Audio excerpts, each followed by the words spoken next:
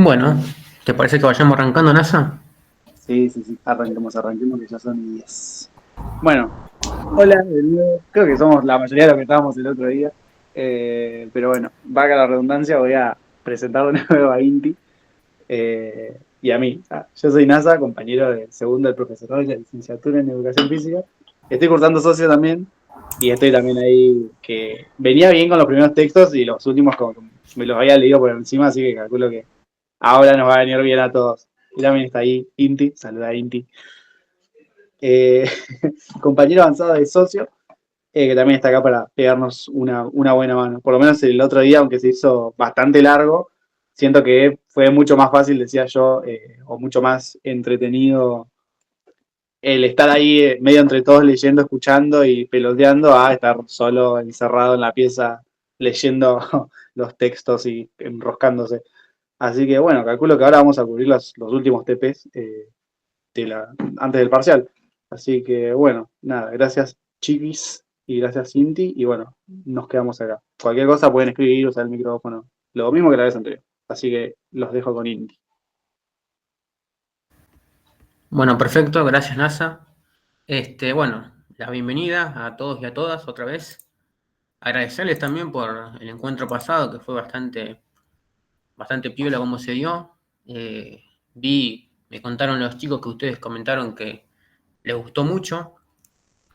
También quería comentarles, por si no lo sabían o no lo pudieron leer o demás, que ese encuentro del miércoles fue subido a YouTube. Lo pueden encontrar tranquilamente. Creo que lo mandaron al grupo, así que lo pueden buscar tranquilamente. Y si no, busquen en el canal de la Unite Fase, y les va a aparecer el encuentro. Está también en la descripción, pueden ver ahí los capítulos, así que está bastante ordenado. Vayan comentando. Además, si alguno no estuvo el miércoles, tiene la posibilidad de verlo. Sepan que está ese encuentro ahí subido, para que lo puedan repasar. Igual mañana vamos a tener otro encuentro también en este mismo horario. La idea de hoy es que veamos 4 textos, en lo posible, pero seguramente sí, porque la verdad que los temas son muy parecidos. Se los voy comentando para que los vayan abriendo, los tengan ahí a mano. Vamos a leer el texto de Bourdieu, el texto de Marrero sobre Bourdieu. Vamos a leer también el texto de Gabriela Gómez Rojas, ambos del TP4, y vamos a ver los textos del TP5, de Durkheim, las bases sociales de la educación, y el texto de Tenti Fanfani. Esos van a ser los 4 textos que vamos a ver hoy, del TP4 y el TP5. Mañana cerramos con los últimos 3 textos.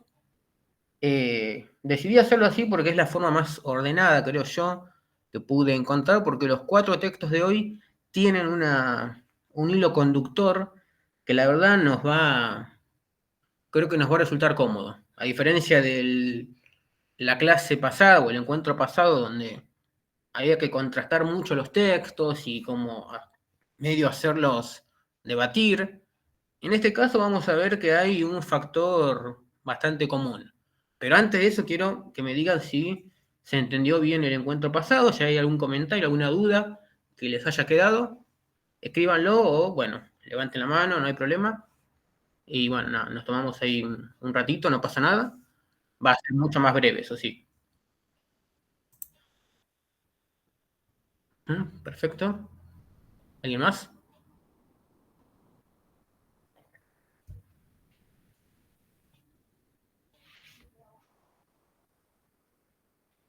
Bueno, perfecto, entonces.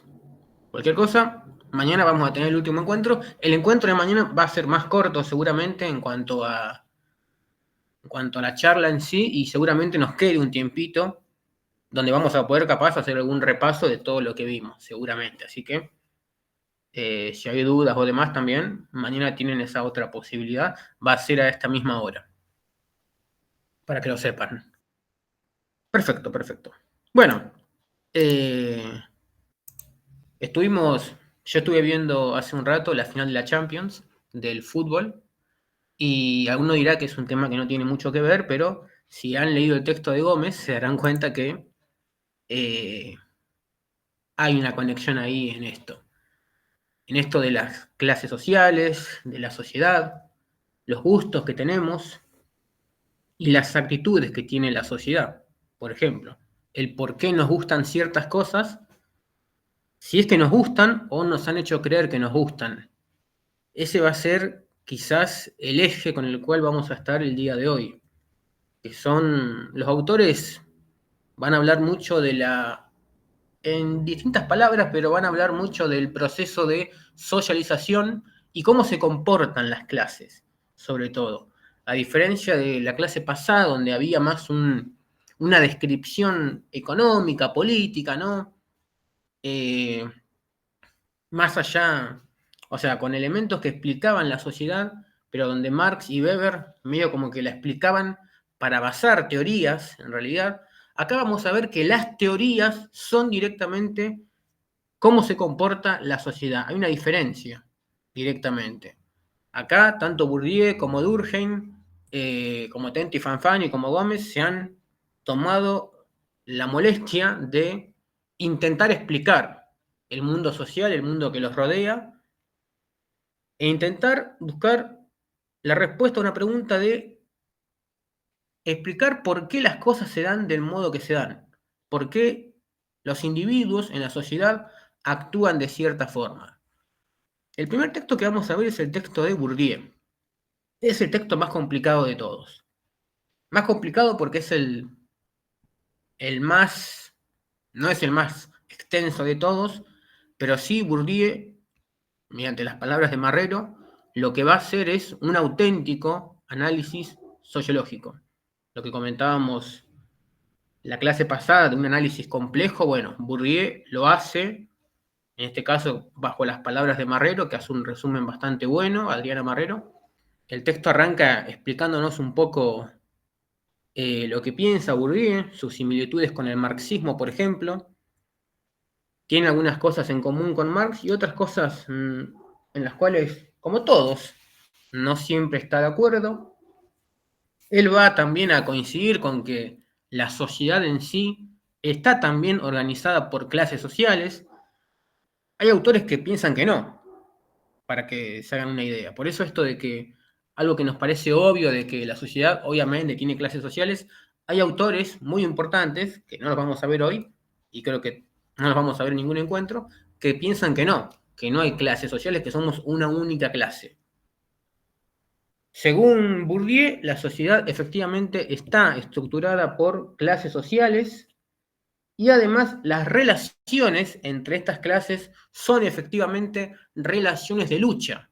O sea, acá Bourdieu coincide prácticamente con Marx al 100%. Sin duda que coincide.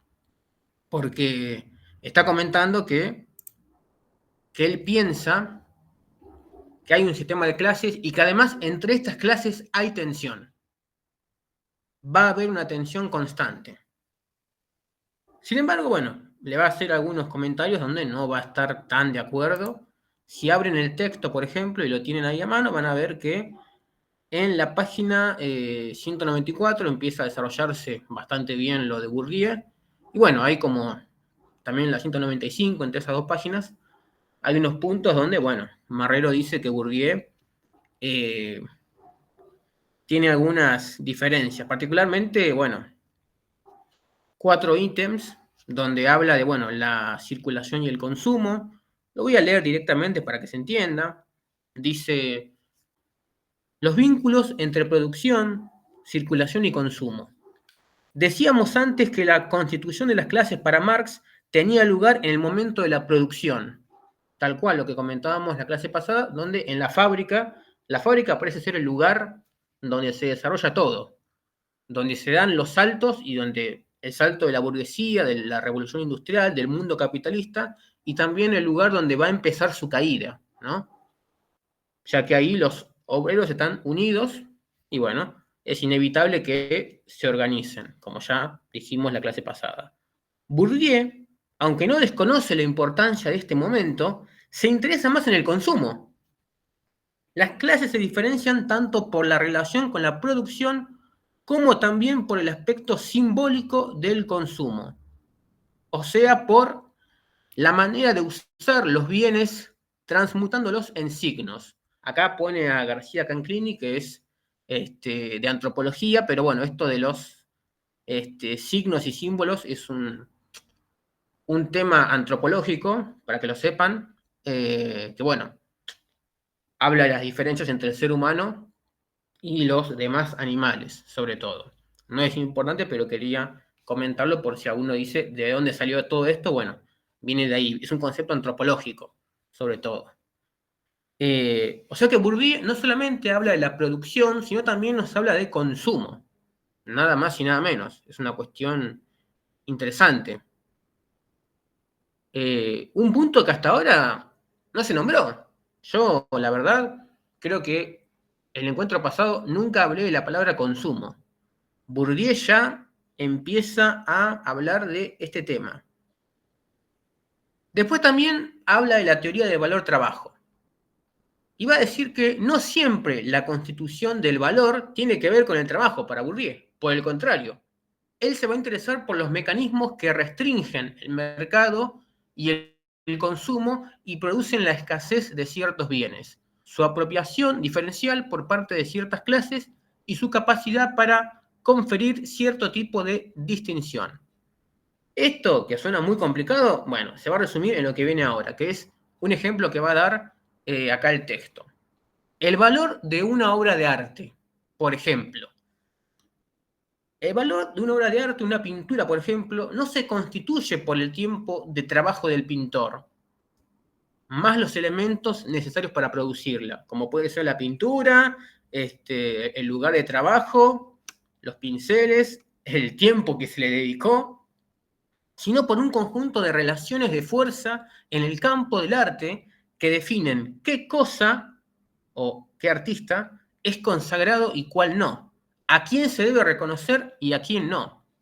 Acá esto es algo muy interesante porque voy a salir del texto para mirarlos en cierta forma a ustedes y acá da un ejemplo del arte, que es cierto. Hay un ejemplo muy bueno que seguramente ustedes conocerán, que es el caso de la Gioconda, un cuadro de Da Vinci que está en Francia. Da Vinci es de Italia y sin embargo el cuadro está en Francia. Un cuadro que, bueno, ustedes habrán visto que es como un retrato que se hace de la Gioconda, muy histórico seguramente que lo habrán visto, pero que sin embargo muchos artistas dicen que no es realmente una obra de arte muy compleja, muy difícil, que Da Vinci hizo cosas más interesantes que solamente ese cuadro. Pero que sin embargo ese cuadro tiene un valor especial y es que muchos desconocen que en el siglo XX ese cuadro fue robado. Ese cuadro fue robado de un museo y durante mucho tiempo estuvo desaparecido. Salió en las noticias de que un cuadro de Da Vinci fue robado, fue secuestrado y hay una historia espectacular de cómo se recupera ese cuadro. Y eso también le da a ese cuadro un factor extra artístico, que es un factor histórico, y cuando logran recuperar ese cuadro y llega de vuelta a el museo en París, bueno, los parisinos lo exhiben como este es el gran cuadro del mundo, este es el cuadro espectacular que hemos recuperado, y es un cuadro chiquitito, la verdad, muy chiquito en realidad, no es ni siquiera un cuadro enorme, pero que se ha vendido como el gran cuadro de Da Vinci. Sin embargo, fíjense cómo la sociedad, la cultura, le ha agregado a ese cuadro un valor que capaz no tiene. Acá volvemos un poco a la cuestión de los estamentos de Weber, ¿no? El prestigio que se le dan a las cosas, ¿no? Y es muy subjetivo el prestigio. Entonces Bourdieu va a decir que no es todo tan lineal, no es todo 2 más 2 es 4. Vamos a decirlo así.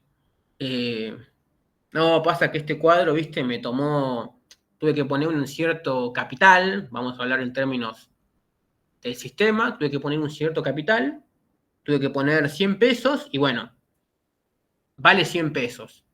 Y bueno, voy a tener que venderlo mínimo a ese precio para por lo menos recuperar lo que gasté. Y si quiero ganar, voy a tener que venderlo a más de 100 pesos. Bueno, Bourdieu va a decir, no siempre pasa eso. puede pasar en la mayoría de casos, pero hay excepciones, por lo cual esta regla no es una regla universal que se aplica a todo el mundo. Acá de vuelta, repito lo que dije con Weber, Bourdieu parte con ventaja. Bourdieu escribe mucho tiempo después que Marx, así que evidentemente no podemos tampoco exigirle a Marx que se las supiera todas, digamos, ¿no? Bourdieu es un sociólogo francés, por si alguien no lo sabe, el apellido creo que un poco lo delata, pero para que se den una idea, Bourdieu nace en 1930. En 1930 nace Bourdieu. Nace prácticamente 50 años después de la muerte de Marx y empieza a escribir recién a partir de los 20 en adelante. Es un autor muy interesante que falleció este siglo. Falleció en el año 2002, si no me equivoco. O sea que bueno, vio básicamente la Segunda Guerra Mundial de chico, vio la Guerra Fría en plena juventud y vio la caída del muro de Berlín y de la URSS en su etapa ya adulta final. Digo esto para que se entienda un poco la diferencia que estamos acá comentando entre, por ejemplo, Marx y Bourdieu. De vuelta, no es que Marx se pelea con Bourdieu, sino que Bourdieu le discute a Marx ciertas cosas. Esto también es algo que me parece que está muy bueno que ustedes lo expliquen así. Bourdieu no está de acuerdo con Marx en tal punto. No vengan a decir las diferencias entre Marx y Bourdieu, no. En todo caso digan Bourdieu no coincide con Marx en tal cosa, porque es importante, digamos, que bueno, que se entienda. Entonces, bueno, está bueno que se entienda esto de las diferencias que hay a la hora de explicar el término de las clases sociales y la sociedad. Acá hablamos de un punto muy específico que es la teoría valor-trabajo, pero entiendan que es una diferencia muy interesante, ¿no? Por un lado habla del consumo, y de hecho esto del consumo también está bastante ligado. Los liberales van a discutirle a Marx que, por ejemplo, el que pone el precio de un producto no es el vendedor, sino el consumidor.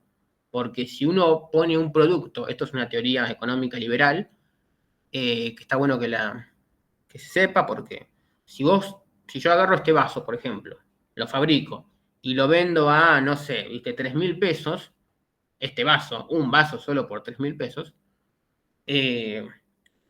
bueno, y vienen los clientes y nadie cree que esto valga 3.000 pesos, nadie me lo va a comprar. O sea, si nadie viene y me compra el vaso a 3.000 pesos, ¿qué voy a tener que hacer yo? Voy a tener que bajarlo de precio. 2.500, no, tampoco nadie, bueno, a ver, 1.500, y ahí viene uno y dice, yo lo quiero. Entonces, los liberales van a comentar que en realidad el precio lo pone el consumidor, porque si nadie consume, los precios bajan. Que de hecho, eso pasa muchas veces. El ejemplo más claro en la Argentina es el consumo de carne. Generalmente cuando el consumo de carne se desploma, los precios bajan. Pero eso, bueno, significaría que la gente no está consumiendo carne, en todo caso. Esa es otra discusión. Seguimos. Hasta acá se entiende la diferencia que le da al consumo y que de hecho también lo podemos relacionar un poco con el tema del valor trabajo. Bourdieu dice, no siempre ocurre esto. O sea, no es que Bourdieu dice, no es así. No siempre pasa esto. Con el tema de la producción, Bourdieu dice, todo bien con la producción, pero hay que ver qué pasa después también. Para que veamos la diferencia, no es que Bourdieu niega la teoría marxista, no, le añade cosas, podríamos decir, para ser más gentil, hasta ahora por lo menos, le ha añadido ciertos factores para poder leer mejor la sociedad. Por lo menos el mundo en el cual se desenvuelve Bourdieu, que es un mundo muy diferente, nada más y nada menos que unos 100 años de diferencia, para que se hagan una idea. Cuando Bourdieu cumplió 18, se habían cumplido 100 años del Manifiesto Comunista. Así que háganse una idea de la diferencia que hay entre uno y otro en cuanto a tiempo. Acá en el C, otra vez lo mismo, la articulación entre lo económico y lo simbólico.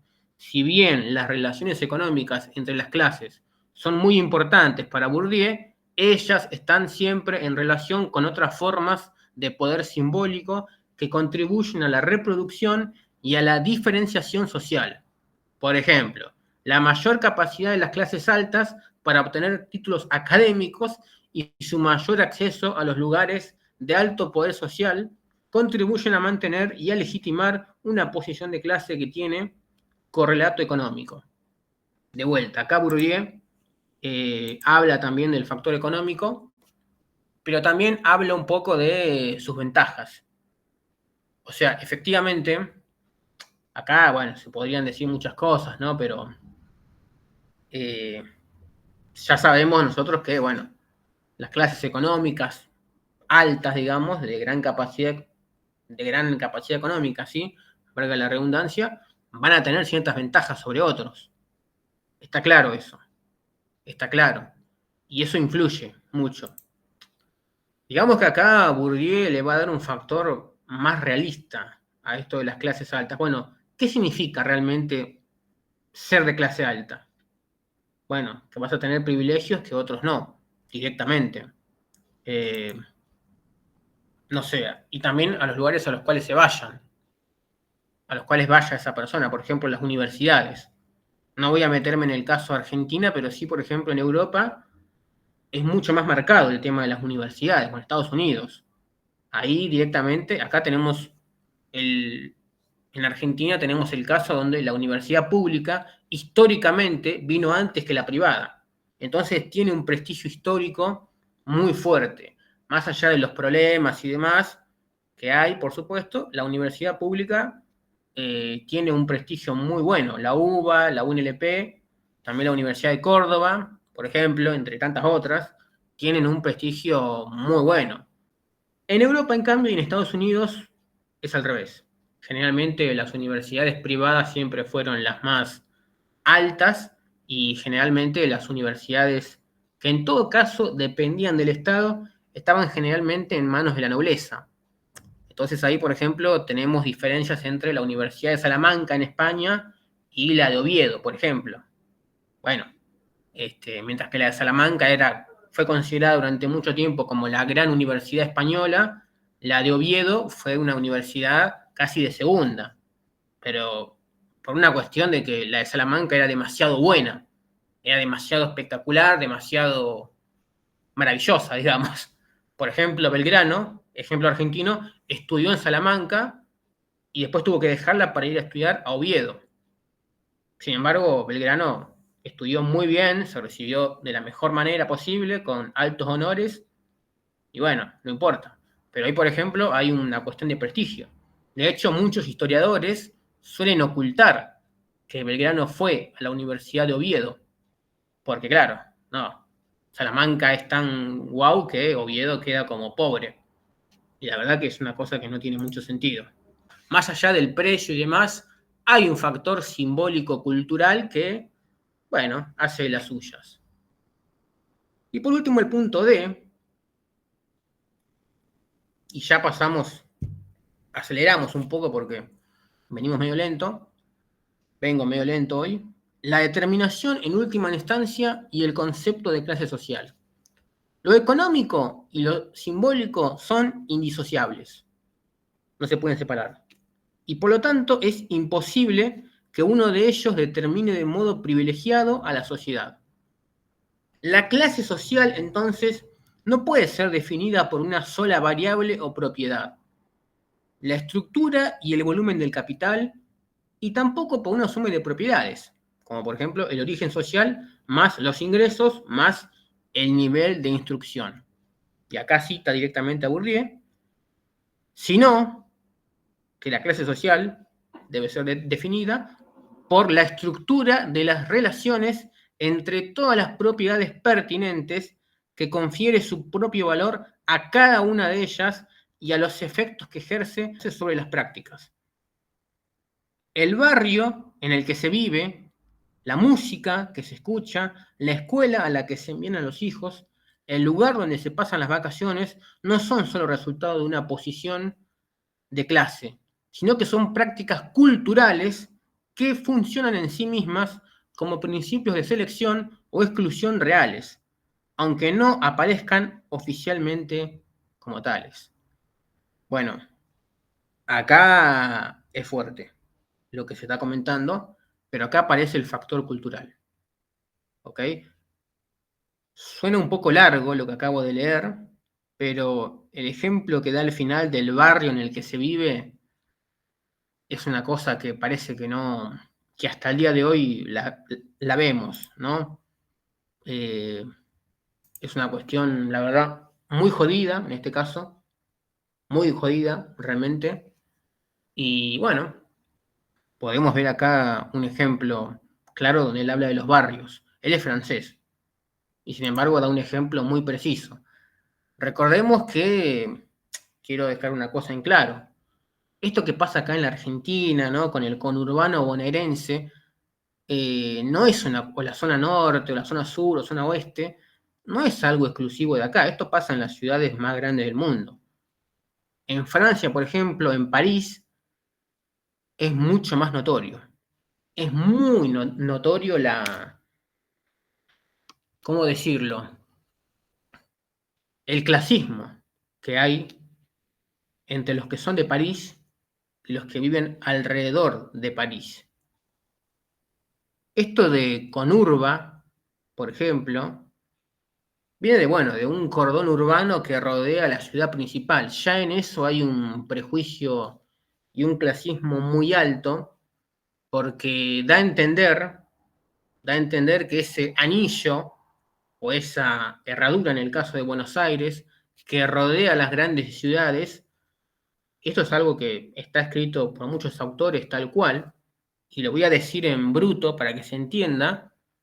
Hay un pensamiento muy de clase que dice: esta gente viene a vivir alrededor de nosotros para vivir de nosotros. Esto de que la gente va del campo a la ciudad, acá en Argentina lo conocemos como, bueno, la gente va a vivir cerca de Buenos Aires porque ahí tiene más oportunidades. Sin embargo, en el caso parisino, se va a decir que, no, no, no, vienen a vivir cerca de París porque vienen a vivir de nosotros, porque nos necesitan a nosotros. Y acá entramos en una cuestión tremendamente de clase y que es muy difícil de extraer, es muy difícil de sacar. Bourdieu en este caso no lo explica muy bien, digamos que Marrero no se enfoca mucho en esto, pero en otros textos de Bourdieu lo va a decir muy claramente. Acá se ve el clasismo en su máxima expresión. Bourdieu va a despreciar por completo eso, se va a pelear con la sociedad francesa y bueno, va a plantear que, bueno, esa forma de pensar, esa forma de vivir, le da asco directamente. Lo dice así directamente. O sea que tenemos con Marx diferencias interesantes. Por un lado, bueno, que no alcanza únicamente la producción para explicar el término de las clases, sino también hay que tener en cuenta el consumo. En el caso valor-trabajo, no siempre el valor de un producto viene por el trabajo en sí, sino que a veces se le agregan cosas, el mercado le agrega cosas y la sociedad también contribuye con eso.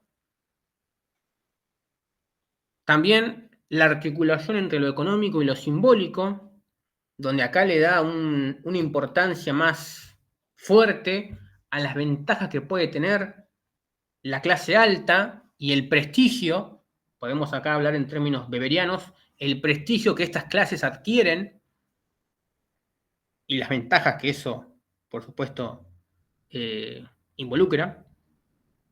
Y también el tema cultural, ¿no? Donde uno es criado, donde uno es como lo crían, ¿no? Acá tenemos generalmente como que uno dice, bueno, uno se comporta de tal forma y te preguntan, ¿de dónde sos? De tal lado. No voy a decir nombres porque si no, no es el caso, pero ¿de dónde sos? De tal lugar. Ah, bueno, y es por eso. ¿Viste? Hay como una cosa dura. De hecho, en el último tiempo hay varios sketches que se han hecho con humoristas y demás, pero uno dice, ¿y dónde cursaste vos? ¿O dónde estudiaste? No, en tal escuela. Ah, bueno, está bien. como que dan por hecho de que si vos fuiste a tal lado es porque tus condiciones económicas son tales, son de esta forma, y es un prejuicio muy fuerte que es algo muy difícil de sacar. Todo esto Bourdieu es lo que él dice para describir la sociedad en la cual él vive, básicamente. Es algo jodido, ¿no? De poder extraer de la sociedad, porque hasta el día de hoy existe, sin duda. No voy a dar ejemplos de acá de La Plata, pero si ustedes son de acá de La Plata, sabrán que hay zonas que, bueno, uno dice vengo de tal lado o vivo en tal lado, y la cara como que les cambia cuando uno dice vengo de tal lado. Claro, pasa que no han ido nunca a esos lugares y escuchan lo que se dice y la voz corre y bueno, listo. No se puede salir de ahí. No hay forma de poder salir de ahí y lamentablemente nos quedamos con lo que escuchamos y no tanto con lo que vemos y corroboramos. Bueno, acá, en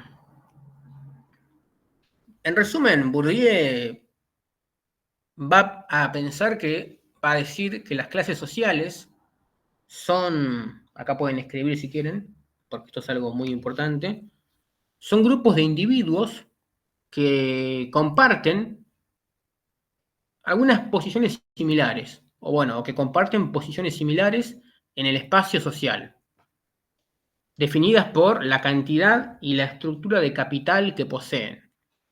Para Bourdieu esto es clave, digamos, ¿no? Bourdieu va a decir que la cantidad y la estructura del capital, es decir, el poder económico, es clave para definir las posiciones en las clases. De vuelta, esto de un grupo de individuos aparece siempre, ¿no? O un conjunto de individuos. Habrán notado que es como el gran factor. El tema es que acá Bourdieu, al igual que Weber, no se va a quedar solamente con lo económico. Le va a agregar otros factores. En este caso, se va a quedar con el factor económico y también le va a agregar un factor cultural y social, que vamos a verlo ahora, directamente. Porque si no, no vamos a avanzar. Vamos a pasar, si les parece, directamente a la definición de capital cultural, social y, bueno, también económico. Económico creo que está bastante claro lo que es, medio como que ya lo explicamos en realidad, las ventajas que tiene, pero si les parece, vayamos directamente a las formas de capital. Vamos a la página 196, abajo del todo, donde ahí habla de las formas del capital. Bueno, primero recordemos que con Bourdieu el capital es siempre, como en Marx, trabajo acumulado. Punto. Eso es algo, una definición clara de capital. Muchas veces no se sabe qué es capital, pero en el caso de Marx y de Bourdieu es trabajo acumulado porque ellos ven en el trabajo el verdadero factor económico más importante. Lo que pasa es que Bourdieu va a decir, bueno, pero lamentablemente el mercado no siempre responde así y le va a agregar otros factores. Además de la plusvalía en Marx, también el mercado se comporta de ciertas formas y le agrega cierto valor simbólico a las cosas que después la sociedad consume, básicamente. Pero les recuerdo que Bourdieu no es que está peleado con Marx. Bourdieu agarra la teoría marxista y le va agregando cosas. Dice, no alcanza con esta teoría, que él reconoce que es una teoría del siglo XIX, y bueno, como que la actualiza un poco del siglo XX. Algo que no es original de él, porque lo hacen todos los autores que hablan de Marx. Siempre traen a Marx a sus tiempos, a sus épocas, ¿no? Bueno, hasta el día de hoy se suele hacer con todos los autores. ¿Dónde me quedé? Acá está. Desde este punto de vista, la apropiación de capital, no importa de qué tipo se trate, es siempre una apropiación de trabajo social que tiene como funcionalidad impedir que los intercambios en la vida social ocurran como si fueran regidos por el simple azar. De vuelta, como que hay una manipulación constante del sector dominante. Bourdieu también va a decir que hay dominadores y dominados, y que bueno, todo esto, digamos, tiene como básicamente evitar que, digamos que Bourdieu va a decir que no hay un mercado libre, básicamente. No es que las cosas se dan porque así lo quiere la sociedad, porque los intercambios son justos. Él va a decir que todo está manipulado de alguna forma. Hay una manipulación constante en todo. Entonces, por eso Bourdieu va a decir que no, esto de la mano invisible es todo un verso en realidad. ¿Al azar qué? No es al azar. Esto pasó porque alguien lo decidió. Punto. Vos fuiste exitoso porque te eligieron para que seas exitoso. Podríamos decir en términos burdianos. Pasemos a definir directamente los tipos de capital. El capital económico, directamente, lo voy a decir ahora, son los recursos financieros y materiales que una persona posee. No hay mucho más para decir ahí.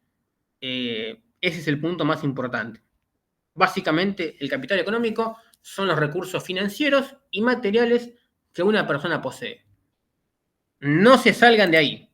Es básicamente eso. Acá en el texto no le dedican tanto tiempo, pero es eso, en realidad. Yo se los agrego para que lo sepan. El capital simbólico, por ejemplo, es ese añadido extra que le da la sociedad, básicamente. O el mercado. Principalmente el mercado, que tiene que ver mucho con el prestigio. Acá pueden jugar un poco con Weber. Acá sí pueden hacer una conexión con Weber porque creo que es un poco más justa, al menos para mí. Después, me perdí, tengo todos los textos abiertos. El capital cultural. Bueno,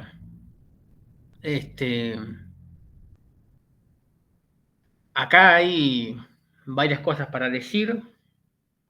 Se los voy a resumir de entrada, lo que es el capital cultural. Bueno, el capital cultural, perdón, tiene que ver mucho con, podríamos resumirlo en la educación. La educación, la formación y bueno, la cultura, valga la redundancia, que una persona recibe a lo largo de su vida. Por eso cultural, ¿no? Esto de lo que uno tiene atrás. Los elementos que uno tiene, además de la fuerza de trabajo, los elementos extras que contribuyen el intelecto de una persona, la forma de ser de una persona.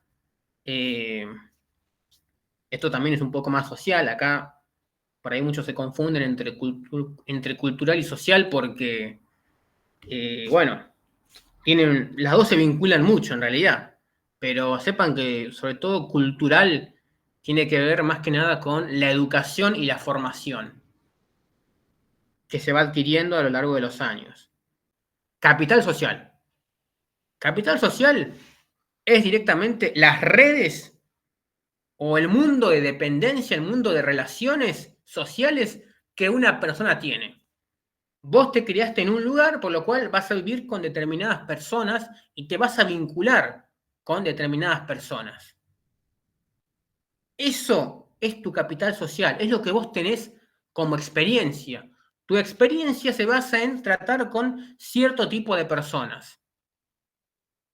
Cierto tipo de personas porque vos te movés por estos ámbitos. Hay gente que, bueno, que sabe tener mejor relación con los chicos porque históricamente ha estado rodeado de niños, porque ha crecido, ha tenido varios, por ahí puede tener varios hermanos o varios primos, o en un lugar se juntaban siempre cuando eran chicos, y eso le va generando cierto feeling, los va entendiendo. En cambio hay gente que por ahí, bueno, han sido hijos únicos, no han tenido muchos primos y demás, o no han podido tener una gran relación, y cuando crezcan, bueno, les va a costar un poco entender, les va a costar un poco ser más sociables en ese aspecto. Lo mismo con los enfermos, con la gente más grande, con la gente de bajos recursos, con la gente de altos recursos. Acá en el capital social viene mucho el de dónde venís, de dónde vengo yo, y esto es lo que yo traigo atrás mío. El capital cultural sería a dónde fui, que sería la educación, la formación. Y el capital económico es lo que tengo directamente, es lo que yo recibo. Capital económico es recursos financieros, capital cultural es la educación y la formación que me han dado a lo largo de mi vida, y el capital social son las redes y vínculos sociales que adquirí a lo largo de mi vida. Y Bourdieu va a decir que los tres están relacionados. Los tres tienen este vínculo. Las clases sociales se definen por la combinación de estos tres tipos de capitales. Y está claro, digamos. El capital económico es el primero porque ya el capital económico medio que define el resto. ¿Puede haber excepciones? Sí, por supuesto. Pero ustedes se van a dar cuenta que hay una relación entre las tres. Por eso Bourdieu va a decir que, bueno, hay factores culturales y simbólicos que no se terminan de zanjar. Por ejemplo, les traigo un caso argentino. Sarmiento vino de un lugar muy pobre, en San Juan. Y esa etiqueta, entre comillas, la tuvo siempre. Sarmiento no era un tipo económicamente fuerte, no lo era. Ahora, culturalmente era un tipo que siempre leía, se ilustraba y demás, pero socialmente también venía de un lugar donde, bueno, se tenía que relacionar con gente muy humilde. Y esa etiqueta, entre comillas, la cargó siempre. En un momento, el presidente de la sociedad rural, cuando Sarmiento era presidente, llegó a ser presidente Sarmiento, el presidente de la sociedad rural le dijo a Sarmiento que él era un ignorante, un bruto, porque venía de un lugar pobre, porque lo despreciaba por su lugar de origen, a Sarmiento. Bueno, si a Sarmiento le pasó eso, si Sarmiento sufrió de ese destrato por una cuestión de orígenes, bueno, ¿qué nos queda al resto, no? ¿Qué nos queda a los demás? Si alguien viene de La Matanza, uno dice La Matanza y dice, pero La Matanza es un partido enorme que tiene varias localidades adentro, no son todas iguales. La más histórica es La Ferrer, pero alguien dice, vengo de La Matanza, vengo de La Ferrer, y te dicen, ya como que se convierte por ahí en un meme, en algo así, pero recordemos que esto de las risas y demás también contribuye a una cierta naturalización del desprecio. ¿De dónde venís? De La Ferrer. Y bueno, es como algo, viste, que vos decís, pero ¿por qué? Si no son todos los lugares iguales. No son todos iguales. O decir, por ejemplo, Citibel, acá en La Plata. Citibel, bueno. Y la verdad que si alguien va a Citibel, se va a dar cuenta de que no es un lugar de millonarios absoluto. Hay una parte donde viven, por supuesto, gente que tiene un buen caudal económico, gente más de clase media, y después hay una parte de Citibel que es una parte, bueno, muy jodida, muy complicada, como pasa en todos lados. Como pasa en todos lados, como pasa también en Capital, como pasa en la propia París. Uno va a París y dice, el prestigio y demás, y sin embargo uno va a París y se encuentra con ratas ahí caminando, se encuentra con un montón de lugares, o sea, con un montón de cosas en varios lugares que, bueno, que son muy jodidas, muy jodidas. Entonces el factor cultural influye bastante, influye bastante. Entonces, bueno, ¿qué va a decir Bourdieu?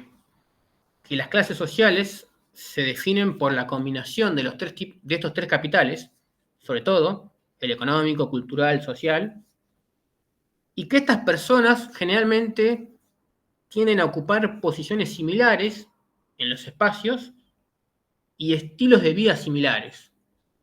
Hay como un equilibrio, un punto de equilibrio, bueno, tenés un capital económico más o menos razonable, capaz culturalmente no pudiste ir a los mejores lugares, pero estás como en un escalón ahí zafable, vamos a decir, y socialmente, bueno, estuviste en el barrio, te tomás el micro, te tomás a veces el taxi, vas caminando muchas veces para evitar un gasto innecesario o un gasto extra. Si podés, bueno, soy de clase media normal, medio tirando abajo casi, podríamos decir bajo los estándares actuales. Vas a un club de barrio a jugar al fútbol, de tal, eso también es algo que ocurre mucho, que de hecho después lo vamos a ver con la cuestión de el texto de Gómez, que cita a Bourdieu, que Bourdieu habla también de estos ejemplos. Y bueno, nada, acá hay algo que te rodea que no se sale, que no podés sacarte, básicamente, o que no te permiten que vos te puedas sacar, medio que se te impone eso. ¿De dónde venís? ¿Qué tenés? ¿Y cuál es tu círculo social? Son como los tres factores que definen bastante en qué clase social vos estás. Bueno, también acá aparece el reconocimiento social, por supuesto, ¿no? No todo es tan fijo, obviamente, pero bueno, aparece también la lucha por ser reconocidos, la lucha por el prestigio, la lucha por... Acá también pasa que la cuestión de reconocimiento, va a decir Bourdieu, depende de que otro te reconozca, sobre todo. Entonces, por eso, acá en Argentina, por ejemplo, y en todos lados, ¿no? Hay como una cuestión, una obsesión con la clase media. No, yo tengo que ser de clase media, tengo que escapar de la pobreza. No voy a ser rico nunca, pero voy a ser de clase media. Es como el escalón medio que está bien, me es suficiente, me sirve. Bueno, Bourdieu va a decir que acá hay una cuestión cultural. Esto pasa en todo el mundo, ¿eh? Esto pasa en todo el mundo, en Estados Unidos, en Europa, acá en Argentina y en cualquier parte. La obsesión por la clase media. Pero espero que se haya entendido al menos lo de los tres tipos de capitales. Díganme si se entendió por lo menos el tema de los tipos de capitales. ¿O hay algún tipo de duda con algún tipo de capital?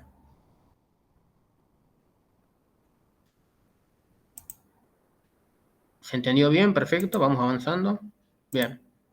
Sepan, el texto igual es bastante claro porque yo la verdad que iba a decir recomiendo, pero son obligatorios, ¿no? La verdad que los textos de Marrero son muy sintéticos, están muy buenos realmente. Yo le dedico bastante tiempo porque, de hecho, me tomó una hora, pero está bien la hora porque los otros textos, tranquilos que los otros textos son mucho más breves porque tienen que ver con esto.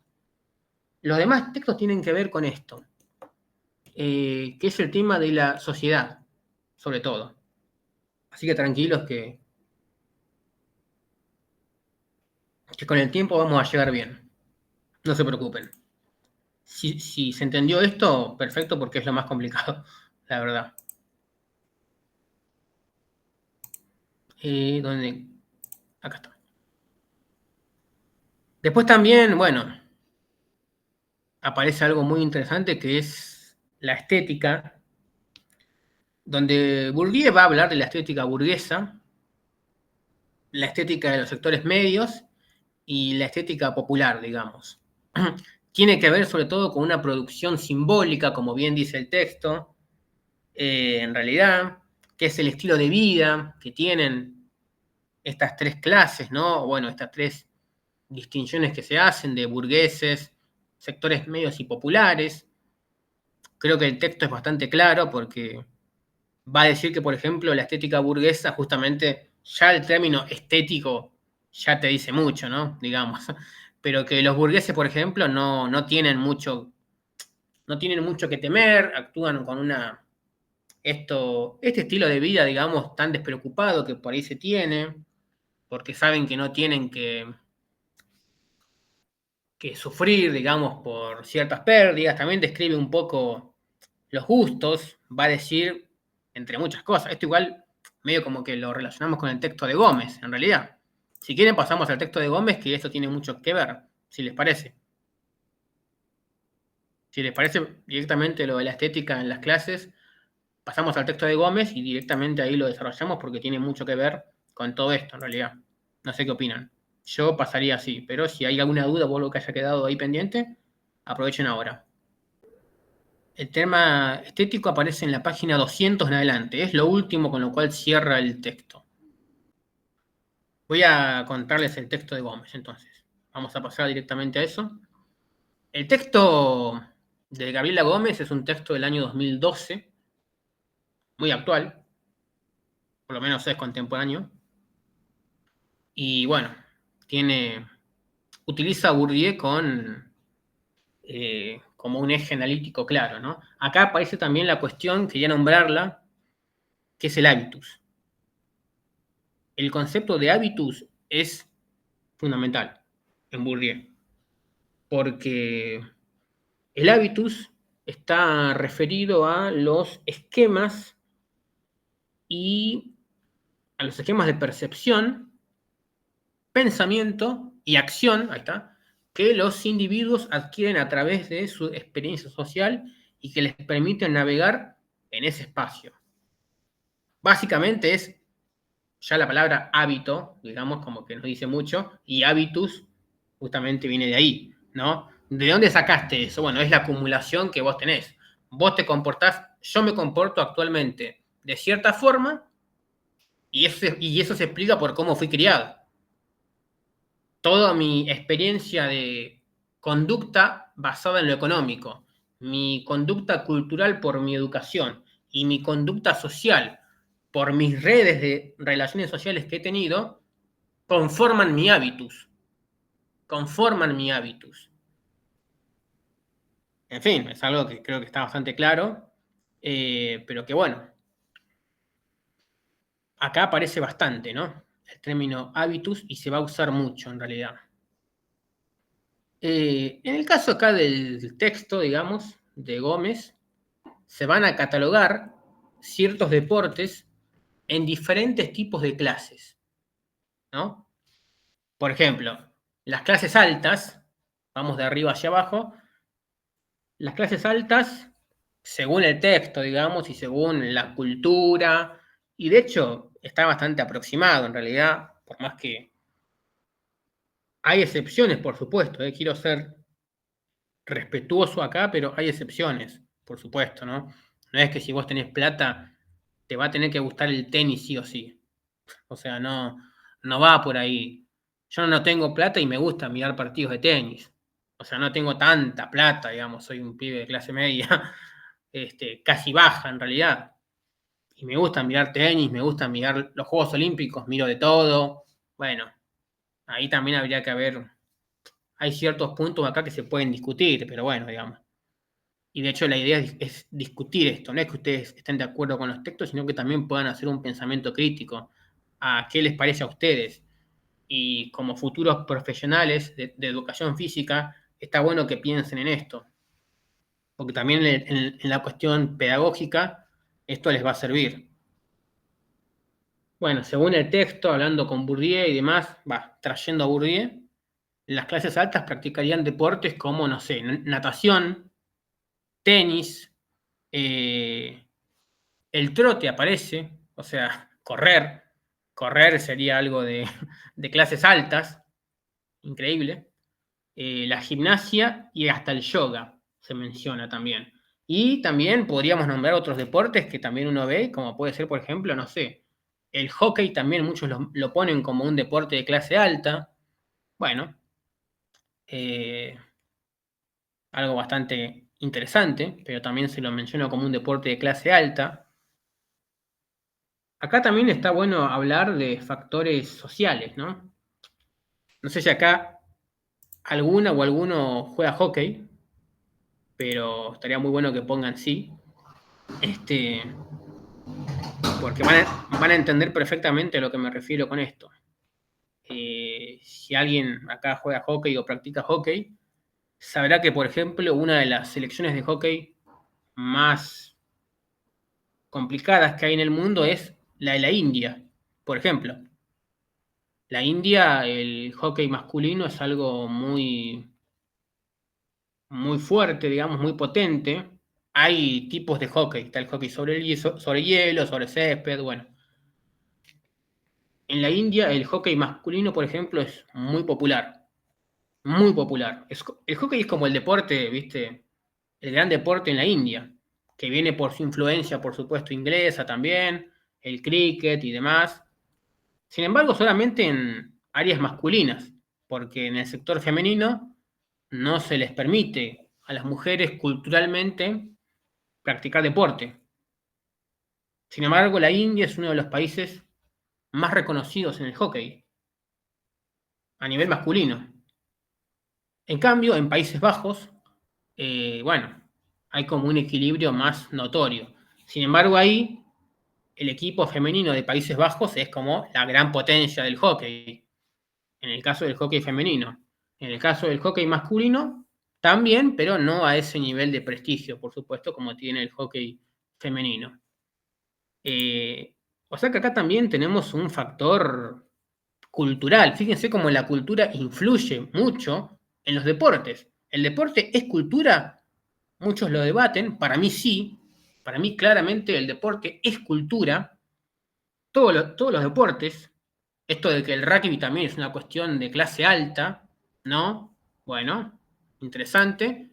Y que los deportes individuales son también una cuestión, natación, el hockey, pero en el hockey no, me mezclé. El golf, por ejemplo, se dice generalmente que los deportes individuales son deportes de clase alta porque son, bueno, un tipo que va solo ahí, que no tiene que jugar en equipo, y que en cambio los deportes más colectivos son deportes más populares porque es gente que ha estado vinculada con muchas personas en el barrio, porque el fútbol se jugaba en el barrio, en el potrero, el básquet también.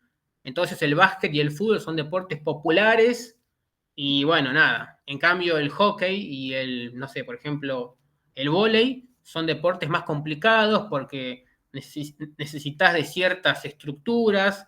En el caso del vóley hace falta una red, entonces no todos pueden adquirir eso, hay que ir a ciertos clubes con techo necesariamente y bueno, no todos pueden llegar. Cosa que es cierta, no todos pueden acceder, no todos pueden acceder. Estamos todos de acuerdo en que no todos pueden acceder.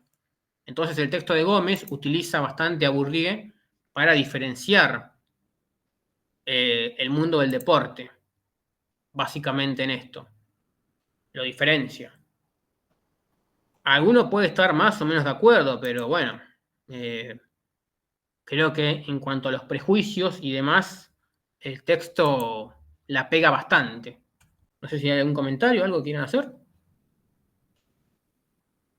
Pueden hacerlo tranquilamente sobre el texto de Gómez, donde se separa de alguna manera a los deportes en clases. No solamente a la gente, sino también a los deportes. Ahora también los deportes son actores sociales que podemos diferenciar. ¿Algún comentario sobre este texto? Bueno, está el factor económico, que ya está, es notorio el factor económico. Está también el factor de género, como habrán visto, el tema de los varones, el término de las mujeres. Acá en Argentina el fútbol se cataloga sobre todo como una cuestión de varones, sobre todo. En los últimos años ha cambiado, pero fíjense también que la repercusión social y mediática recae más sobre el fútbol masculino. Esto en realidad pasa en todo el mundo, no solamente acá en Argentina. Por ahí en Brasil hay como un mayor equilibrio, en algunos países también, pero generalmente el fútbol se ha asociado con los varones, sobre todo. El básquet, qué decir. En cambio, el hockey es como el deporte femenino. Y el vóley también. Y vos decís, ¿y por qué? ¿Qué- cómo se define eso? ¿Cómo llegamos a definir esa parte?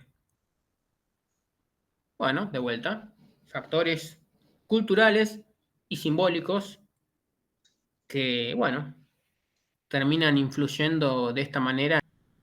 Habla también de que, bueno, los jóvenes varones practican fútbol y deportes colectivos y las mujeres de clases altas, por ejemplo, hacen actividades más vinculadas al cuidado estético, como la gimnasia, el yoga. Hay casos, sí, por supuesto que hay casos, no vamos a negar, ¿no? Que ocurre esto, ocurre. También la edad aparece, recién acá hablábamos de mujeres de clase altas, pero también la edad aparece. Por ejemplo, el caminar o el yoga son actividades que hacen personas mayores, sobre todo. Porque los jóvenes, bueno, al tener una mayor, al estar en mejor condición física y en mejor desarrollo, digamos, por la edad, se pueden permitir esforzarse más, correr, no solamente caminar, hacer mayor deportes de mayor contacto. El rugby, qué decir, ¿no? Es un deporte, o el fútbol americano en Estados Unidos, son deportes de alto contacto, con lesiones que, bueno, son jodidas. El tema de las lesiones aparecen en todos los deportes, en realidad. Nadie está exento de que te pueda ocurrir algún tipo de lesión, también pasa en el fútbol. Bueno, pero según el texto, las prácticas deportivas también reflejan una desigualdad social y reproduce estructuras de clase. Sobre todo diferencias que uno puede distinguir en la cuestión del acceso al deporte, el tipo de deporte y el sentido atribuido culturalmente al deporte, la importancia que tiene el deporte. ¿Por qué el fútbol?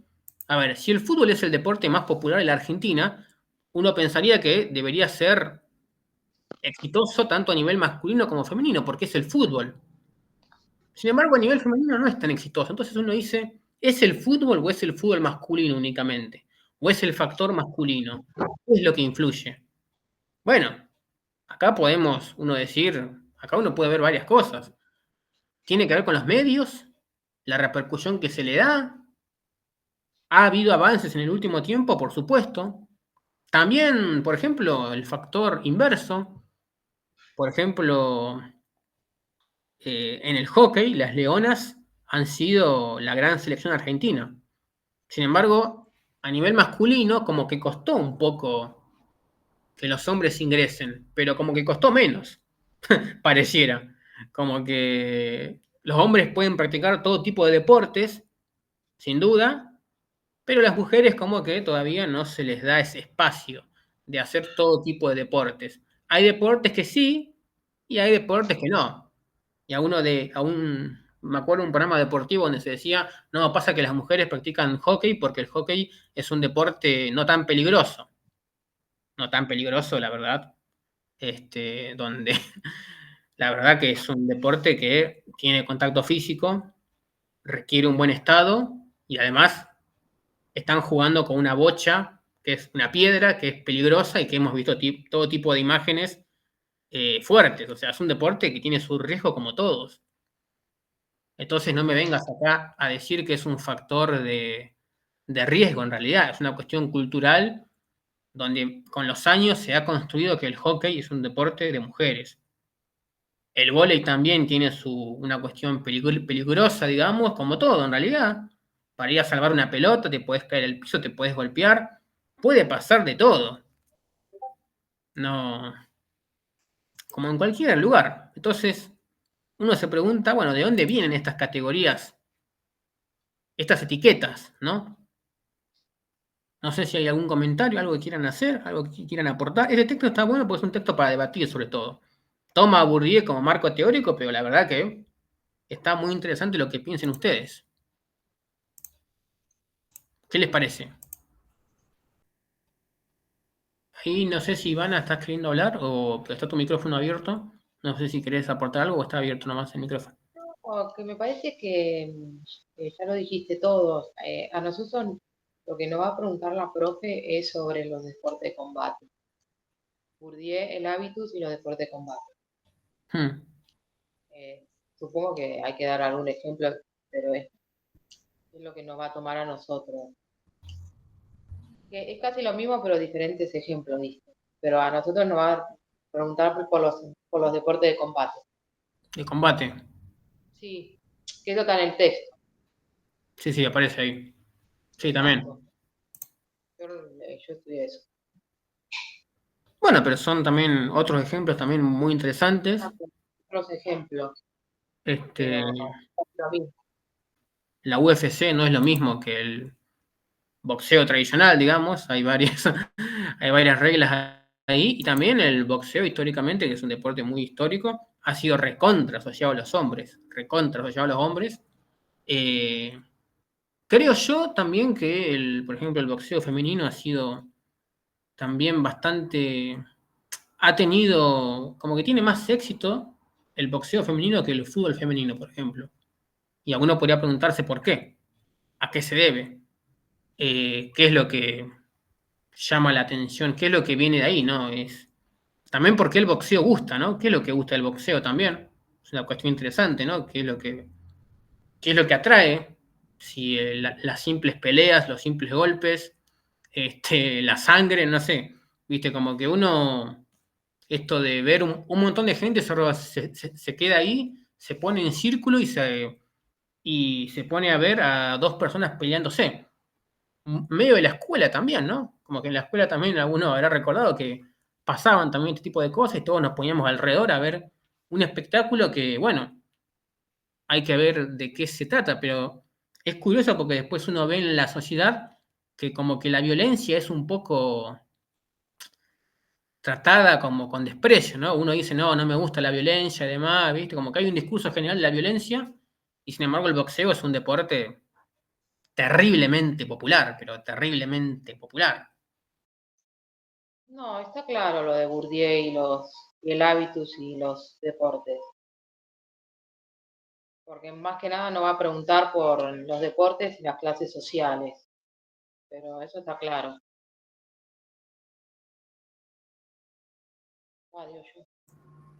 Bueno, acá también ahí aparecen también los factores culturales, cómo uno llega a catalogar ciertas cosas.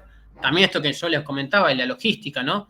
El vóley, por ejemplo, es un deporte que requiere ciertas condiciones para poder jugarlo. Necesitas una cancha, necesitas una red. En cambio, el fútbol es como que, bueno, pones un par de mochilas y demás y ya.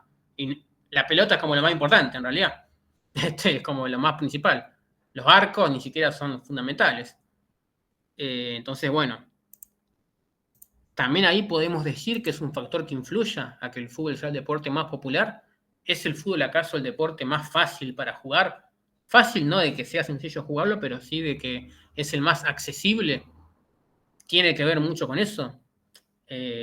Muchos pibes por ahí juegan con medias, por ejemplo. Hacen medias, hacen una pelota y también se puede jugar al fútbol con eso. Con latas. Hay una piedra ahí en la calle y quiere pegarle una patada, digamos, y ver hasta dónde llega, lo que sea. Bueno, puede ser también una cuestión de accesibilidad. Si se entendió, me parece perfecto. Quisiera también que los demás me escriban qué les parece, si coinciden, si se entendió bien y demás. Toda la parte de Bourdieu que dije antes es para aplicar lo que él piensa y cómo lo podemos traer al mundo del deporte. Estos estigmas, estas etiquetas.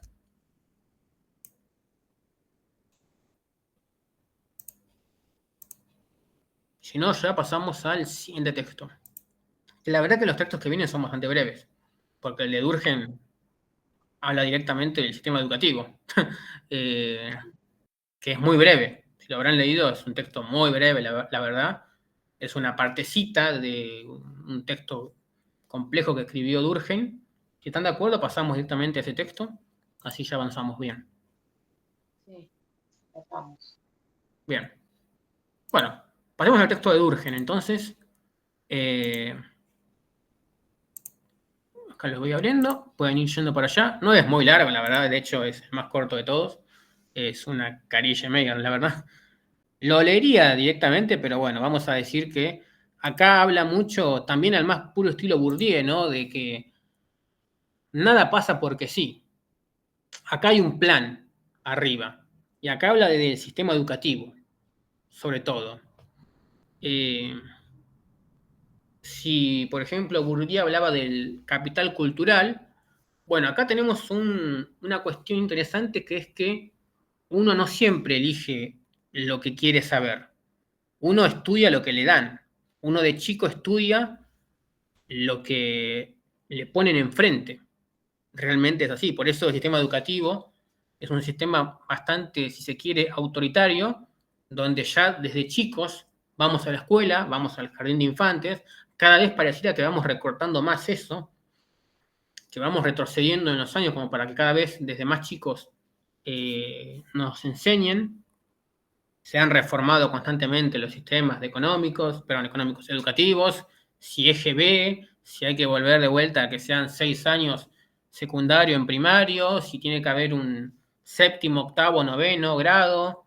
Bueno, hay varios, ahí cada país tiene su sistema educativo, que bueno, habla también de cómo cada país lo refleja y cómo cada sistema educativo transmite eso.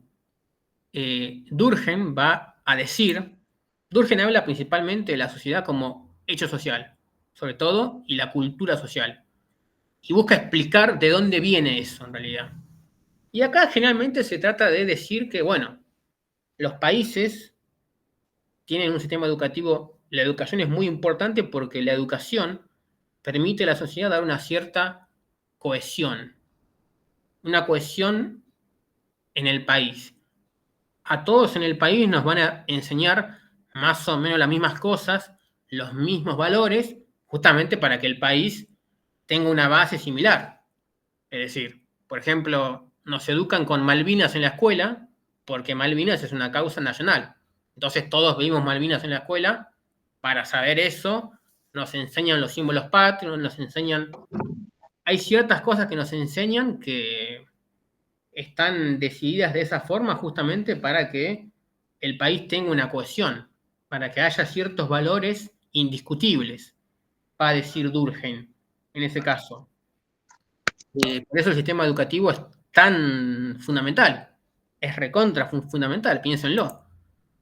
También el tipo de escuela, el tipo de aulas que se dan, la formación directa, los calendarios, también nos enseñan, fíjense, hay factores como levantarse temprano, que ya desde chico nos educan para eso, hay turnos mañana y turno tarde, en algunas escuelas se almuerza también ahí, te dan el desayuno, bueno, hay como, al menos en mi época cuando yo iba a la escuela primaria, nos daban de comer a las 10 de la mañana siempre, aunque sea un pan, algo ahí, con dulce de leche y un mate cocido, lo que uno quisiera, o leche, pero desayunábamos en la escuela, además de los recreos y demás. Fíjense que esa estructura como que después uno la va reproduciendo en la vida, básicamente. Esto de tomarse un momento para descansar, y bueno, levantarse temprano y salir a tal hora. Después también algunas escuelas tienen organizado que educación física se dé a la tarde, también, no siempre en el mismo horario, sobre todo cuando uno va creciendo. Hay como días específicos para tener educación física. En mi caso siempre teníamos educación física los martes y jueves, cuando yo iba a la escuela. Y había como un Zoom ahí en la escuela y bueno, teníamos que ir para allá a la tarde. Yo tenía escuela en la mañana y a la tarde, entre las 3 y las 5, tenía que ir a educación física. Tenía que volver a la escuela después para tener ahí educación física, los martes y jueves. Bueno, todo esto también, hay ahí también una cosa de preferencia, ¿no? ¿Qué es lo que el sistema educativo considera que vale la pena enseñar y lo que no? Y Durkheim va a discutir bastante eso, ya que, bueno, el sistema educativo nos va a instaurar costumbres, ideas, y todo el producto, el resultado de eso va a ser la comunidad. Porque la comunidad que uno ve hoy en día, o la sociedad que uno ve hoy en día, tiene que ver sobre todo con la formación que hemos tenido en general. Sin duda. Esto que por ahí... También acá hay una dependencia, va a decir Durkheim, porque depende mucho del gobierno, sobre todo. Acá, si el gobierno cambia, bueno.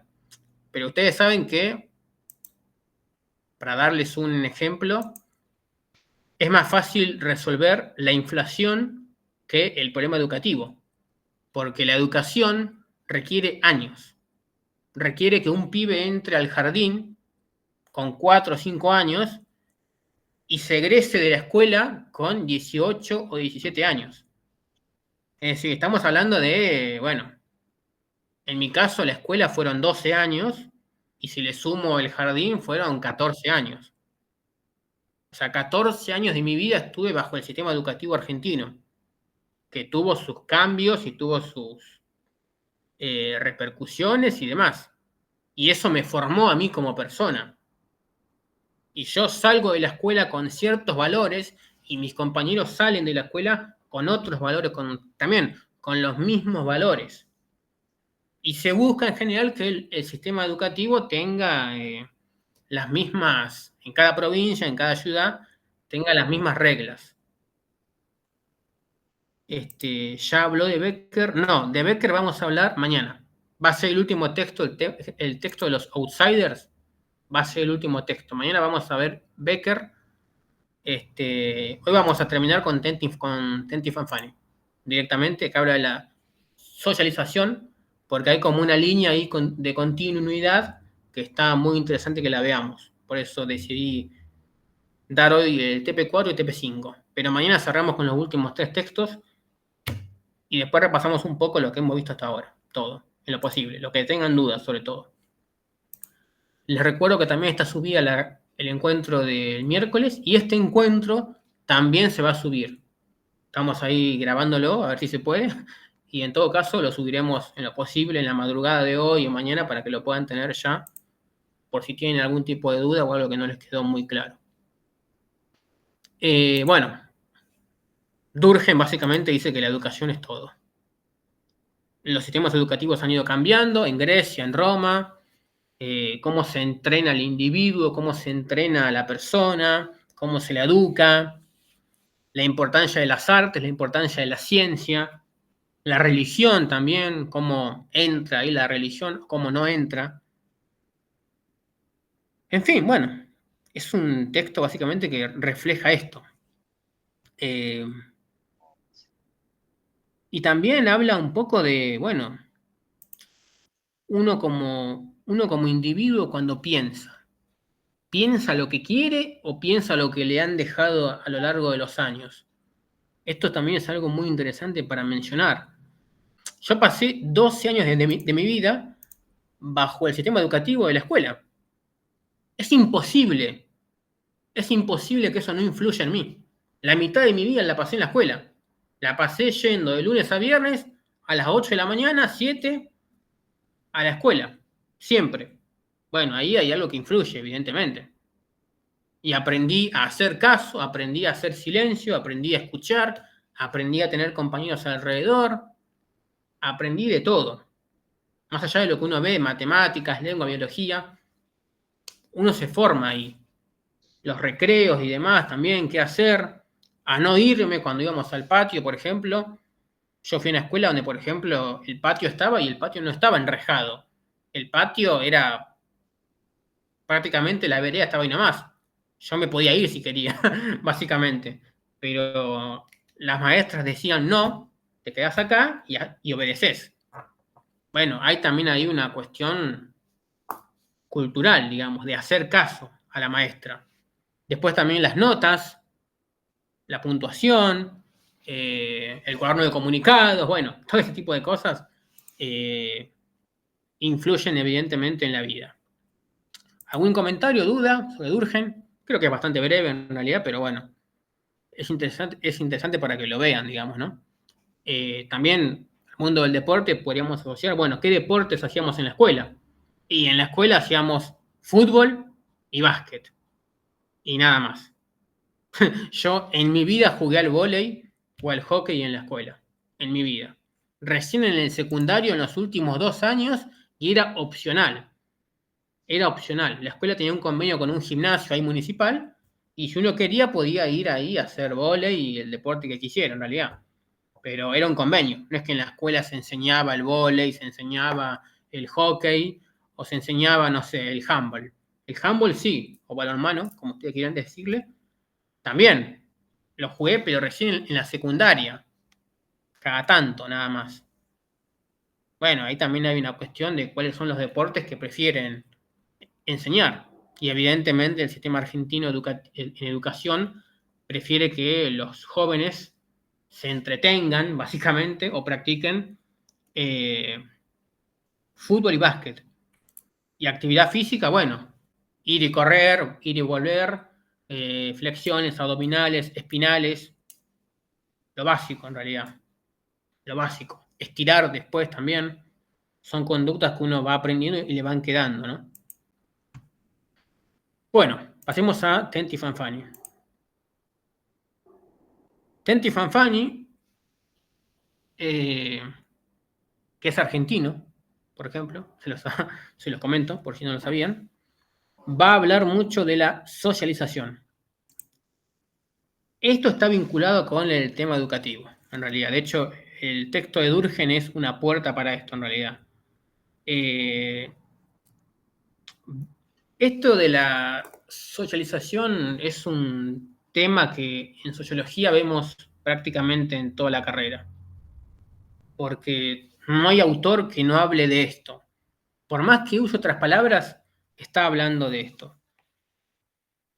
Es un proceso, según Emilio Tenti Fanfani, que ese es su nombre completo, es un proceso mediante el cual los individuos aprenden, absorben normas, valores y creencias y comportamientos de la sociedad. Básicamente, lo que vimos del sistema educativo. Lo que pasa es que no todo se reduce en el sistema educativo. Yo cuando salgo de la escuela tengo que ir a casa. Y ahí yo también tengo en el hogar un lugar de enseñanza. Yo, por ejemplo, bueno, no sé ustedes, pero iba a casa y mis padres me preguntaban, ¿qué aprendiste hoy? Eso lo hacía en primer grado, segundo grado, y bueno, nada. No, aprendí bueno, no sé, el abecedario, por ejemplo, ta. Después, en el último año de primaria, me enseñaron el preámbulo de la Constitución Argentina. Bueno, el preámbulo, listo, está bien. La historia de Argentina, la carapela, ¿viste? Las marchas de San Lorenzo, la marcha de Malvinas. Ejemplos muy burdos, pero el hogar también es un lugar de socialización. En mi caso, mis viejos me seguían la corriente y no discutían eso.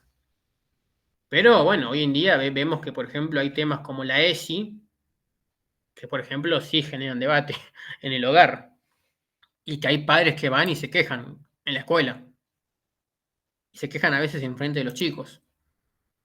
Bueno, esta generación de chicos que se cría con la ESI y presencia este debate de con mis hijos no, esto de que no, hay temas en los cuales yo como padre o como madre tengo que enseñarle a mi hijo o a mi hija, porque yo soy el padre, yo soy la madre y acá decido yo. Bueno, mi respuesta a eso sería, ¿para qué carajo lo mandás a la escuela entonces? Educalo vos en tu casa entonces. Sería mi respuesta crítica, ¿no? Y creo que también la respuesta de alguien que reivindique la escuela sería esa, bueno, educalo vos entonces, no lo lleves a la escuela. Ah, no podés, ¿por qué? Porque trabajás.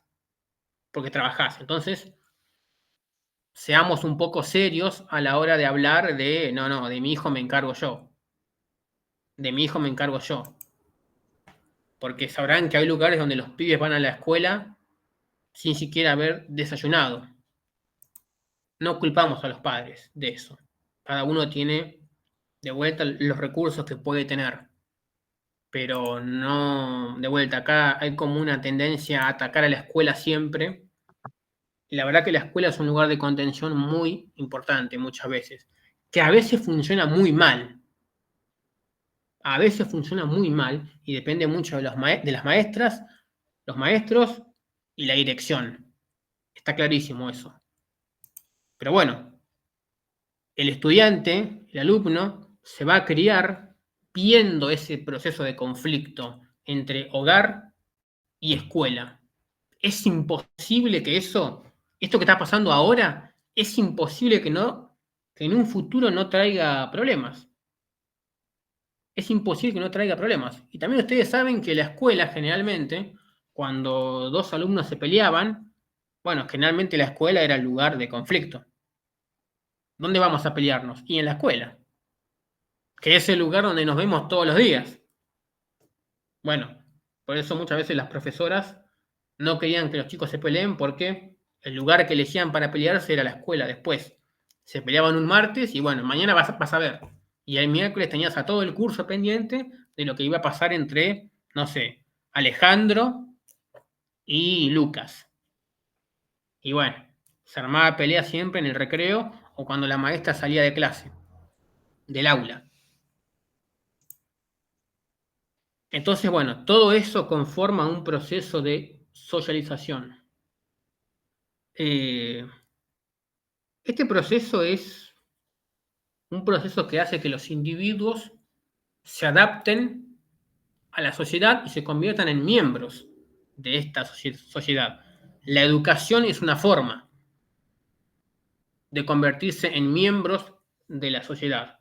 Y después, el interactuar, el trabajar, la facultad también te permite esto, por supuesto. Yo acá hablo de educación y por ahí me centré mucho en la escuela, primaria, secundaria o jardín, pero la universidad es parte del sistema educativo, sin duda. Con mayor libertad, por supuesto, pero es parte del sistema educativo. Entonces, bueno, Tenti Fanfani va a hacer mucho énfasis en la complejidad que tiene este sistema, esta forma de involucrarnos. Va a decir que la socialización es un proceso muy complejo y también multifacético, que va a involucrar a muchos actores, a muchas instituciones, y acá sí cito, la familia, la escuela, los medios de comunicación, la tele, por ejemplo, que ve un pibe cuando llega a casa, cuando va a casa de los abuelos, cuando va a casa de la tía, se pone a mirar la tele, se pone a jugar a la Play, se pone a jugar a los jueguitos, juguetes materiales o aparatos electrónicos. Hoy en día los chicos le dan el celular. ¿Quién sabe lo que ve un nene con el celu? Pero le dan el celu como para que no haga ruido y se calle. Algunos van a casas donde están mirando deportes, entonces se quedan mirando deportes ahí con la familia, o películas, un poco de todo, o documentales. Bueno, todo eso influye.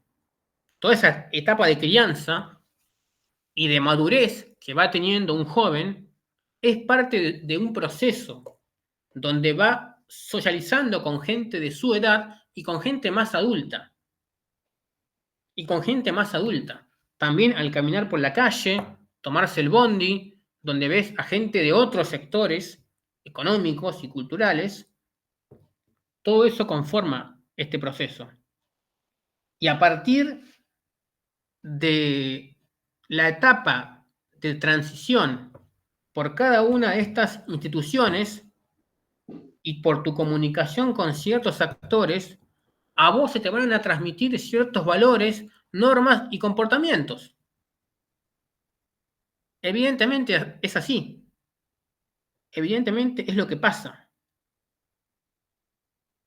Y este proceso es fundamental para la posterior reproducción social y cultural, ya que, entre otras cosas, la educación y la socialización permiten un hecho muy puntual, que es la transmisión, va a decir Fanfani, la transmisión de la herencia cultural de una generación a otra. Los valores con los cuales nos han educado a nosotros son valores que nosotros vamos a transmitir a las próximas generaciones. O no. Capaz que a mí me educan de una forma y yo digo, sí, hago tal cual, como mi viejo decía, como mi abuelo decía. Y por ahí yo digo, no. No estaba de acuerdo con lo que mi padre decía. Así que a mi hijo lo voy a educar totalmente al revés. Ahora, es inevitable que yo voy a comportarme en base a lo que me han dado. Por ahí lo tomo negativamente o positivamente, pero no hay duda de que yo voy a tomar mis decisiones por lo que mis viejos, mis profesores, compañeros y amigos me han transmitido, sin duda. Bueno, es así. En cada persona, en cada individuo es diferente el proceso, pero es una conducta lineal que se va reproduciendo siempre. Y a mis hijos los voy a educar de cierta forma. Y a la vez ellos después con toda la acumulación de experiencias, van a tener que relacionarse de cierta forma en base a lo que ellos decidan. Ahora, su decisión, esto es lo importante. Yo puedo tomar muchas decisiones, pero mis decisiones están condicionadas por lo que yo aprendí. Y lo que yo aprendí fue lo que me inculcaron desde arriba, sobre todo. Yo no iba a la escuela y decía, profe, no quiero ver matemáticas, quiero ver lengua. Podía decirlo, pero la profe me decía, no, hoy toca matemáticas. Hoy toca lengua. Hoy toca ver los seres vivos y no vivos. Los mal llamados seres no vivos. Bueno, punto. Hagan grupos de A4, de A3. Uno va y hace lo que le dicen. Y en la casa también. Yo después puedo crecer y demás, pero lo que yo decida, quedarme con eso o no quedármelo, bueno, es lo que me han dado.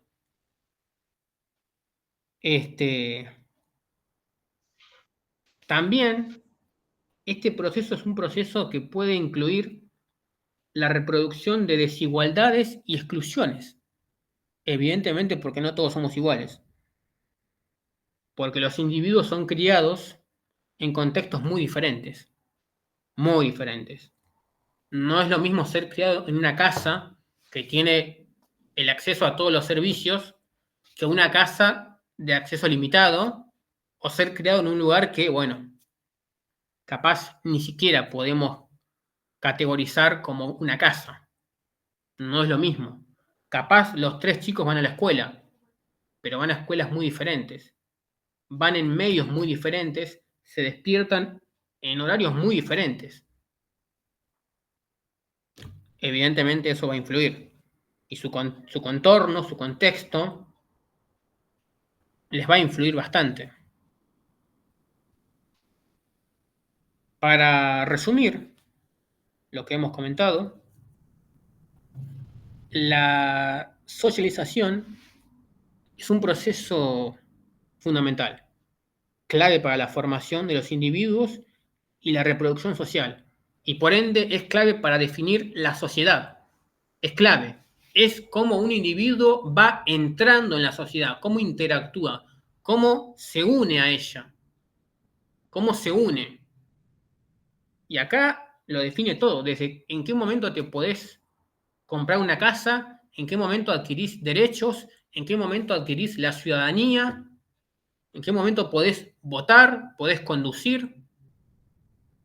Bueno, desde ahí, hasta inclusive la edad en la cual vos podés ir al cine solo. Estos ejemplos burdos son parte de un proceso de socialización. Y también hay gente que no va a poder ir al cine nunca, no va a poder nunca tener un auto y posiblemente nunca se pueda comprar una casa. Han sido educados con perspectivas diferentes, con perspectivas muy diferentes de vida. Entonces, bueno, es un proceso donde, bueno, sí, los individuos interactúan en la sociedad y son absorbidos por ella y reproducen estos actos sociales, pero también es un mecanismo donde se reproducen desigualdades y muchas, muchas exclusiones. Bueno, no sé si quedó alguna duda, algún comentario. Si se han dado cuenta, hay como una línea común acá. Bourdieu como que nos planta las bases de la cultura, la sociedad, lo social y lo económico, y eso como que después se mantiene. Se mantiene con Gómez para categorizar los deportes, con Bourdieu también habla de deportes, se mantiene con Durkheim, que habla directamente de la educación y la cohesión que genera para la sociedad, y acá se habla con Tentin Fanfani, que habla de el proceso de socialización, que es nada más y nada menos que un proceso donde los individuos aprenden las normas, valores y comportamientos de la sociedad en la cual van a vivir. Ahora, ¿cómo se educan? ¿Cómo absorben esos valores? Bueno, ahí depende de cada contexto. Y ahí es donde va a decir Tentin Fanfani que se van a reproducir esas desigualdades y exclusiones. Es todo muy lineal. Por eso decidí dar estos 4 textos seguidos, porque me parecía que eran bastante claves. Ahí está. Pero más o menos así sería el orden lineal que yo le di, que también está creado así por este motivo. No es al azar que el TP4 tenga esto y nada. O el TP5 tenga esta otra selección de textos. ¿No querés dar el parcial por mí? Y no puedo. Si voy y me presento, me van a decir, bueno, está bien, quédate, pero la nota no te la van a pasar a vos, Sabrina, por desgracia. Así que bueno. Está bien. ¿Pero se entendió esto? ¿Por lo menos se pudo entender esta parte? Lo de Bourdieu es lo más engorroso, pero entiendan que Bourdieu va a hablar de las clases y va a decir que hay tipos que, para definir las clases también, hay capitales económicos, cultural y social. O sea, cómo a vos te han criado es como va a marcar tu vida después. Y también dónde te criaste y cómo.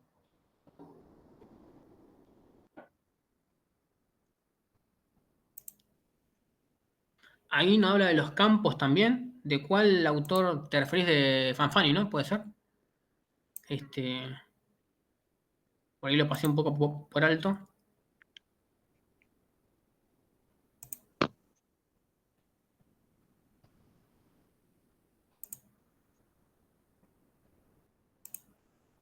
Bourdieu. Bourdieu. Sí, acá está. Sí. Bueno, si quieren cerramos con eso. Me lo olvidé, sí, lo pasé por alto. Sí, el tipo de campo también, sí. Lo leemos, si les parece, y terminamos con eso. El concepto de campo, estamos en Bourdieu, en el texto de Marrero de Bourdieu, página 196. En efecto, el concepto de campo es uno de los principales aportes de Bourdieu a la teoría social y es definido por 2 elementos: la existencia de un capital común y la lucha por la apropiación de ese capital. A lo largo del tiempo, cada uno de esos campos ha acumulado un cierto capital de conocimientos, de habilidades, creencias, etc., en relación con el cual se forman 2 tipos de posiciones: la de quienes detentan el capital y la de quienes aspiran a poseerlo. Acá se habla mucho de la distinción entre los que tienen y la pretensión de los que aspiran. Sí, a ver, acá Bourdieu va a hablar de que hay campos en común donde uno se mueve, en realidad. Esto lo podemos decir así, ¿no? Esto de que ahí explicaba también de que las relaciones que uno tiene, digamos, y dónde se mueve, hay como similitudes, digamos, podemos decir, de desenvolvimiento de la vida, digamos. Es decir, las personas que tienen una cantidad similar de capital económico, cultural y social van a tender a ocupar posiciones similares, generalmente, y a compartir prácticas y estilos de vida similares, podemos decirlo de esa manera. Pero acá también depende mucho del lugar de donde vos vengas. Por eso cuando habla de campos de acción donde uno se desenvuelve. Claro. Principalmente. No sé si ahí se entendió un poquito más. Es como que los agrupan por capitales y eso se llaman campos. Sí, son campos de desenvolvimiento en realidad. De acción. Hay luchas por recursos y poder, cada campo tiene reglas y jerarquías. Exacto. Efectivamente. Acá también aparece un poco la aspiración, ¿viste? Yo quiero salir de tal lado para llegar a tal lugar. Quiero tener, hay una aspiración, hay un deseo de tener, de salir de tal lado y subir, y también hay campos donde hay un deseo de permanecer. No quiero bajarme de acá, quiero quedarme acá. Este es mi modo de vida, tengo tales recursos, no me quiero bajar. Acá esto es típico del juego de subir y bajar, de los que quieren llegar y los que no se quieren ir. Bueno, algunos podríamos decir que hay lugar para todos, pero aunque parezca joda, ahí hay una lucha de clases y de intereses. Por ahí alguien de un lugar humilde alguien de un lugar humilde llega a un espacio de relaciones y capaz que no lo dejan entrar. Capaz que por más que juegue bien, capaz que por más que demuestre talento, va a estar siempre ese prejuicio encima, en ese campo social. Te van a decir, no, vos venís de un campo distinto. Campo sería similar a clase social. Podemos decir que sí. Podemos decir que sí. La clase, digamos, ahí te dejo, Lautaro. Este, es como Jack en el Titanic cuando cena con, sí, con Rose y la familia. Bueno, ahí se podría decir un poquito, ¿no? Pero, de hecho, el barco estaba dividido en clases, inclusive, de arriba hacia abajo. Pero digamos que campos es como grupos más cerrados, podríamos decir. Recuerda un poco a los estamentos para Weber. Sí, Lautaro, te dejo ahora, decime qué opinabas. No era justo lo que estabas hablando, básicamente. Que yo lo que entendí por campos es un grupo reducido donde te vas desenvolviendo y que ellos socializando con la gente. Siempre habiendo tipo poder y jerarquías. Exactamente. Por ejemplo, Ok. una empresa, yo lo asocié como a eso, digamos. No sé si está bien o mal. Y es un ejemplo, sí. Depende de qué tipo de empresa, quién va a poder acceder. A una empresa puede acceder alguien con un título o sin un título. Ya ahí es un lugar restringido en teoría para para varias personas, digamos. No todos pueden ir a una empresa. Ir a YPF, por ejemplo, bueno, tenés que tener conocimientos de ingeniería, además, ser boca de pozo, por ejemplo, que es un trabajo muy duro, tampoco es para cualquiera. Bueno, si vos querés ser taxista o conductor, tenés que saber manejar, evidentemente, no es para cualquiera. Hay trabajo de policía, tenés que estar bien entrenado, tenés que saber manejar armas, tenés que saber el reglamento, la ley, hay de todo, hay de todo. También algún club social, por ejemplo, un club de lectura, además. Bueno, acá de vuelta, como que retomamos un poco o se parece un poco al tema de los estamentos en Weber, un poco. No vayan a poner en el parcial, esto me recuerda a los estamentos en Weber porque, bueno, pero si les sirve para poder razonarlo, está perfecto.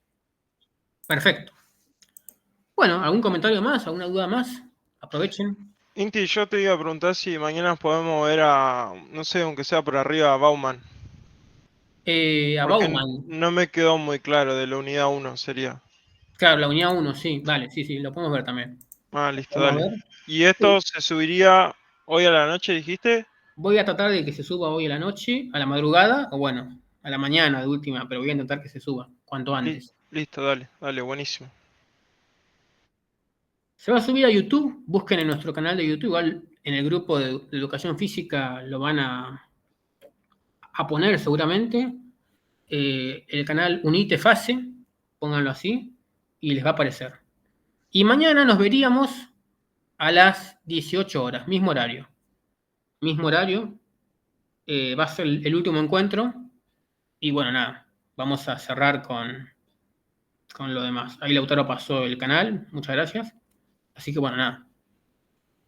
Voy a tratar de subirlo cuanto antes, pero en cuanto lo suba, seguramente les notifiquen y lo manden. Así que bueno, nada, eso. Estén pendientes. Vamos a ver los textos que nos faltan, que van a ser, sí, el texto de Becker, de Outsiders. Eh, y también nos quedaba otro texto, a ver, no lo tengo acá justo, pero nos quedaban creo que 3 textos todavía por ver. Acá está. Vamos a ver el texto de Kopelovich, el texto de Lair, que es un texto también bastante descriptivo de la sociología, y el texto de Becker, del TP7. Y también podemos ver Bauman, que es de los primeros textos que ven, por supuesto, que bueno, que es muy introductorio y está bastante bueno para que lo vean también. Eso vamos a hacer mañana. Bueno, ¿estamos? Listo, gracias. Perfecto. Les agradezco por haber estado acá y nos veremos mañana. Que tengan buenas noches. Hasta la próxima.